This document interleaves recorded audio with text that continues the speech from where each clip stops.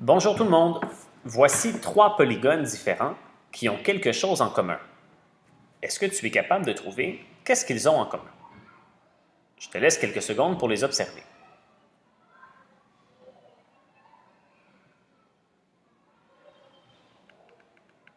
Est-ce que tu as trouvé? Si tu as pensé que c'était parce qu'ils ont des côtés égaux, eh bien, bravo, tu as raison. En effet, ces trois polygones-là ont tous leurs côtés de la même longueur. On appelle ça des côtés égaux. On va aller vérifier avec une règle. Commençons par le triangle. Un des côtés ici mesure 7 cm. Un autre 7 cm. Et le troisième mesure aussi 7 cm. On peut voir que tous les côtés du triangle ont la même longueur. Allons-y avec le pentagone ici. Un côté de 4 cm, un autre ici de 4,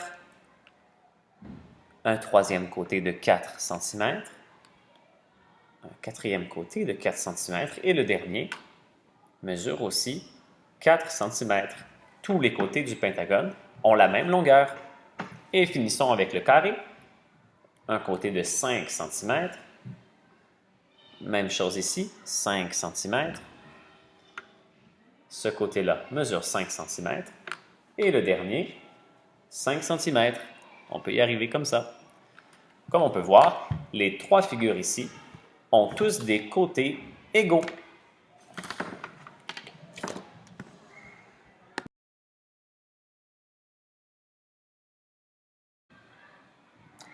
Voici un autre exemple qui montre trois polygones qui ont quelque chose en commun.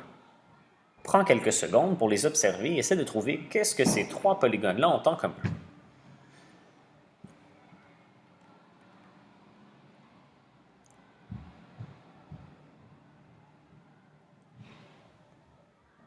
Si tu as trouvé que c'était qu'ils ont tous au moins une paire de côtés parallèles, eh bien, bravo, tu as raison.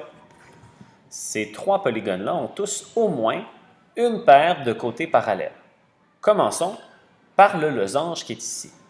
Le losange a même deux paires de côtés parallèles. Rappelle-toi ce qu'est de côtés parallèles. Ce sont des côtés qui sont vis-à-vis. Par exemple, le côté que je trace ici en rouge est parallèle au côté qui est ici. Comment on fait pour le voir? Eh bien, il faut s'imaginer que si on les allongeait dans cette direction-là et dans cette direction-là, et aussi dans l'autre direction, même si on allongeait les côtés, ils ne se toucheraient jamais. Ils sont vis-à-vis, comme les deux rails d'un chemin de fer. Eh bien, on peut voir que le losange a deux paires de côtés parallèles. Le pentagone ici a une paire de côtés parallèles. Est-ce que tu peux trouver lesquels? C'est ce côté-là et ce côté-là. Et pour terminer, le rectangle a aussi deux paires de côtés parallèles. Le côté ici est parallèle avec le côté ici, tout comme les deux autres côtés sont parallèles ensemble. On peut donc dire que ces trois formes-là ont au moins une paire de côtés parallèles.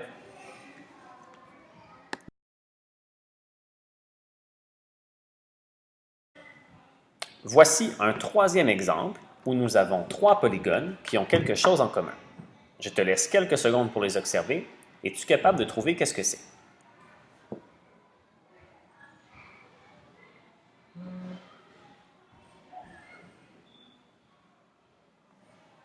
Alors, est-ce que tu as trouvé? Si tu penses que ce sont les angles droits, tu as raison.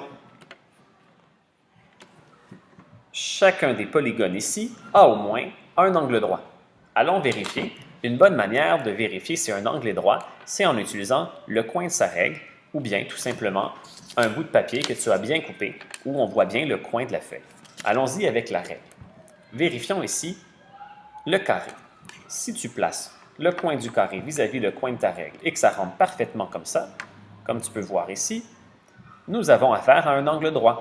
Et le carré a 4 angles droits. On peut les vérifier comme ça, chacun. Allons-y maintenant avec le pentagone ici. Le pentagone ici a plusieurs angles droits. Un ici dans le coin en bas à gauche et un autre dans le coin en bas à droite.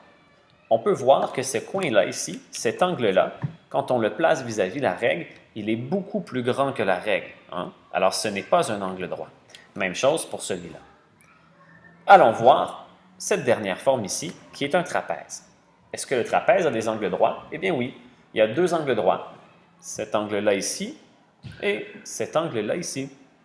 On peut voir que cet angle-là, qui fait la pointe du trapèze, est plus petit qu'un angle droit. Parce que si j'essaie de mettre ma règle dessus, comme ça ici, on voit que l'angle est plus petit que le coin de ma règle.